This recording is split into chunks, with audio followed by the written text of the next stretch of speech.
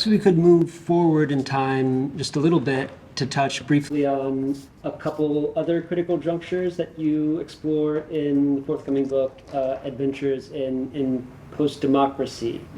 So to begin, perhaps, in the early 2000s, could you just give an account of the relative eclipse of this paleocon hard right that you were just describing?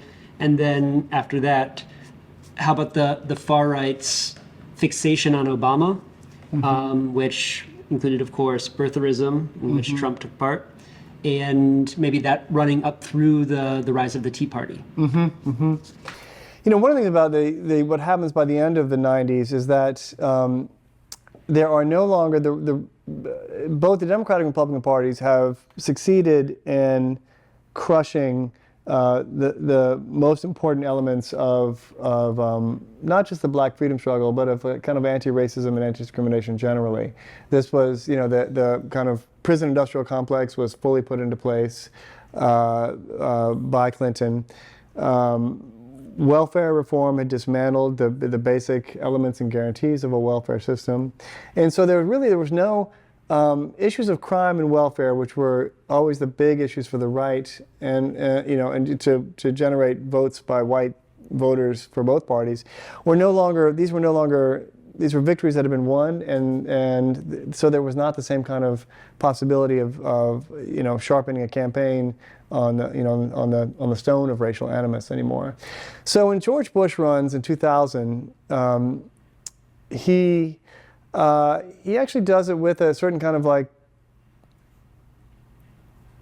multiculturalism. You know, he on the campaign trail, he talks about compassionate conservatism. He assembles the most diverse cabinet in American history by far. He continually makes kind of anti-racist appeals. His chief campaign speechwriter and then White House speechwriter makes appeals, kind of you know, racial reconciliation appeals over and over for Bush to read out on the campaign trail. So I think, you know, Bush was, for many reasons, kind of represented a certain kind of multiracial conservatism. And I've written a lot about that elsewhere, of Bush and those politics. But it kind of, you know, shifted, particularly after 9/11, the kind of vectors of American political conservatism towards back towards liberal empire building. Like, you know, there was Bush's own administration was staffed by neocons, partly from his father's generation, but also with you know, empire builders who had these new opportunities that came up after 9/11 and made the possibility for war in Iraq and war in Afghanistan, and that you know, becomes kind of a different. In some ways, looking back, it's almost a little bit of an outlier moment in American conservative politics, in terms of what the right is able to do afterwards and against Bush in that time period. But you know, I think you know, if you read Bush's his memoir Decision Points, he says that the lowest point in his presidency was after Hurricane Katrina, when Kanye said George Bush doesn't care about black people. He said for him that was his worst moment, you know, which is an extraordinary thing to, whether he means it or not, it's an extraordinary thing to put in his memoir in a way. So I think that's that there's probably a lot more to be said about that turn in American conservatism, both in terms of what stops there, but also in terms of what we see pop up again, you know, 15 years later. Mm-hmm. And with the Tea Party, briefly. Yeah, so Buchananism comes roaring back in with the Tea Party movement. And it was around, you know, once Obama is elected, the kind of the relationship of Obama's election and the Great Recession creates the possibility for a new kind of populist right-wing politics that had not existed. There was not the possibility of prior to that. You know, for right-wing populism in the United States always was organized against the idea of elites above, liberal elites above, overly educated, corporate-oriented, foundation-based elites, and the dependent poor below, represented by black and brown people. Obama is both of those things, right? He represents both poles. You know, he's like a Martha's Vineyard elite, and he's also you know, a black son of an African Muslim migrant. So he's kind of the perfect confection for American right-wing populism.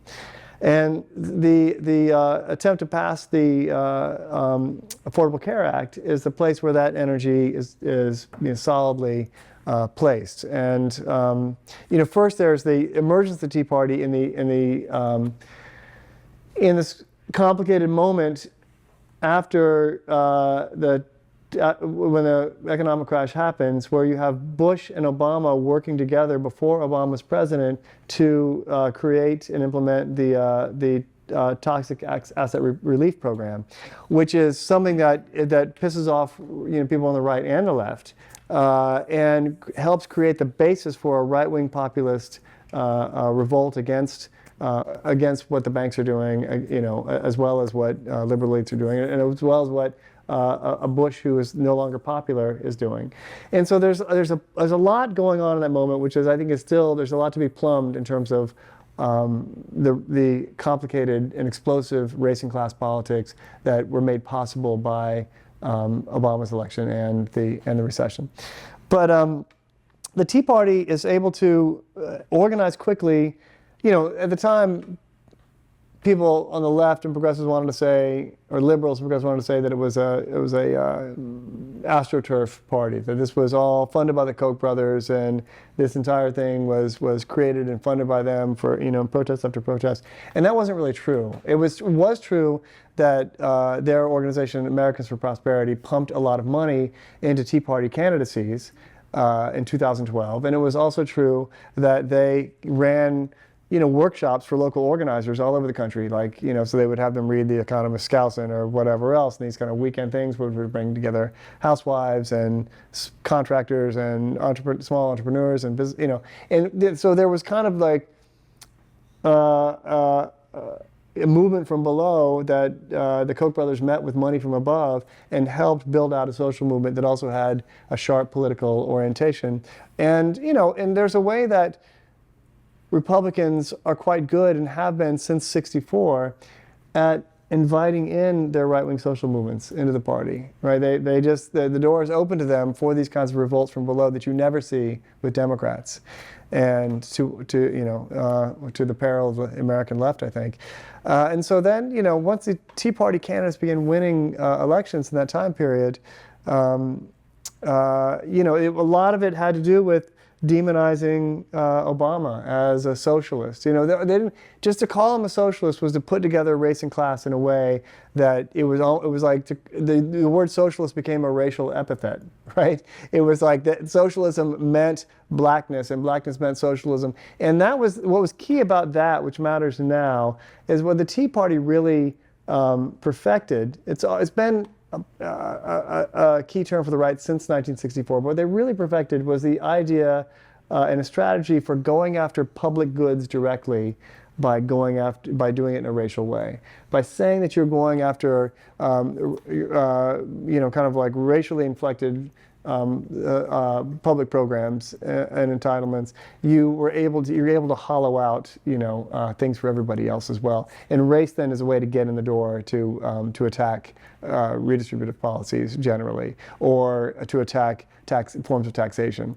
And so you have Obama there representing, you know, socialism to them, and as we know, Obama was... And elitism at the same time. And elitism at the same time, which was kind of the idea of like what people thought of socialism anyway, that this was something that was not populist or popular, or something that's being imposed from above by, you know, a cabal of...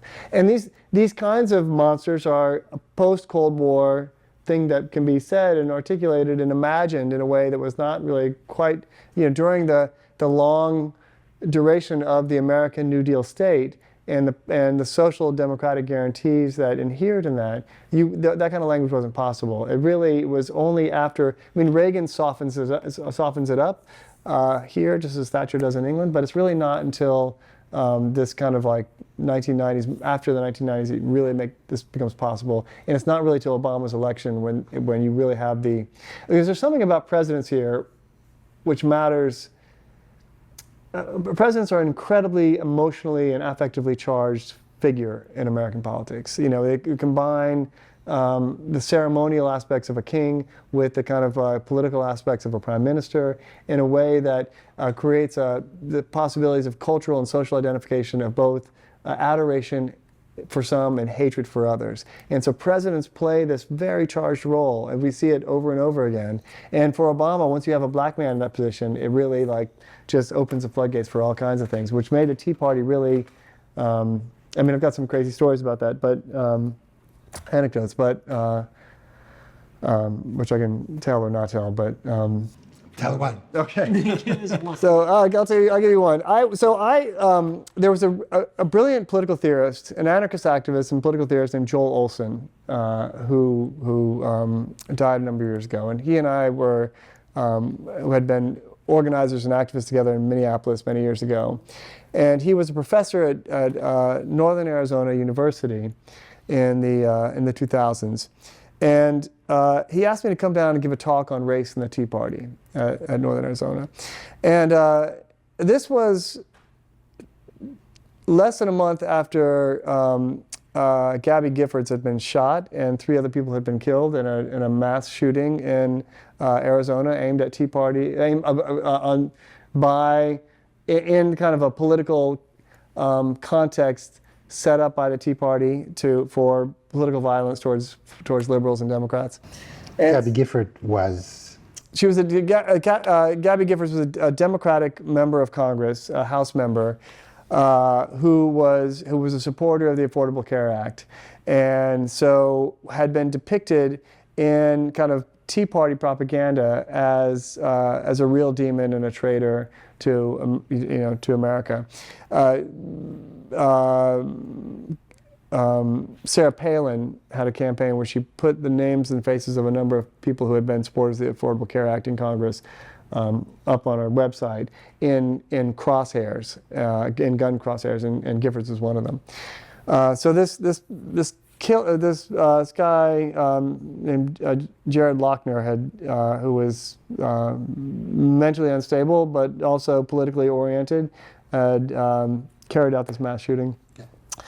Anyway, so I go down to give a talk, and Joel has provocatively made a poster that is a picture of the first Public Enemy album image of a cop in crosshairs, and with my name, Race in the Tea Party, public talk at Northern Arizona University.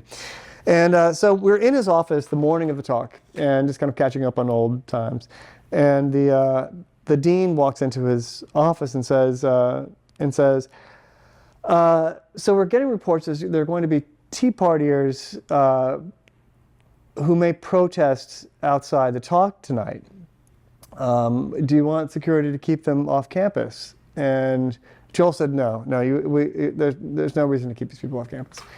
And she said, well, what if they want to come into the venue for the talk? And before I could say anything, Joel says, that's great, let them come in, bring them in. And she said, well, what if they want to come in with their signs and posters and they want to disrupt the talk? And I'm feeling a little nervous, just because because of things that have just been happening in Arizona, and I'm the perceived target of this whole thing. And Joel says, no, that'll be great. He claps me on the shoulder and says, think how many talks we disrupted in our time, Joe. This will be awesome. So he's really excited about the possibility there's going to be, He was a deep defender of democratic contestation, of the most extreme. He was a great theorist of zealotry and the importance of zealotry and the importance of democracy being, involving angry polarization as his own vision of freedom. So anyway, so that night I give the talk, and there's 25 Tea Partiers come in. They're in the room. They got their signs and everything, and they. As soon as my talk is over, all their hands go up, in the audience. And so I think I might as well just take this head on. And so I started calling on each one of them to tell me what they think. And the first person pulls out some 3x5 cards out of his pocket, and not having heard a word that I said, just kind of go through his list of complaints about why the Northern Arizona University would invite a communist on taxpayers' money to come talk to them, to preach at them about why Obama is so great. And I said, well, I'm neither a communist nor do I think Obama is so great, but nevertheless, I said, just tell us why you're here. Like what do you want? What kind of politics do you represent? And he said, I want to defend the Constitution, and that's why I'm a Tea Partier, because I defend the Constitution. I said, well, that's great. So what about the Constitution do you really think is under threat that needs defending? And he says, well, we need a balanced budget. And I said, okay, I don't think there's anything in the Constitution about a balanced budget, but what about that is concerning to you? And he says, well, we're going to debt because all the immigrants coming in, and they have microwave ovens and flat screen TVs. Microwave ovens and flat screen TVs. These immigrants all have them, and here they are in our country with these appliances and electronic devices, I guess. And so it was over and over I kept asking questions, and immediately they would begin with a kind of set of political questions about constitutional propriety, and would slide right into either racism or anti-immigrant discourse, or kind of a Western environmental anti-statism. There was a couple that ran a river rafting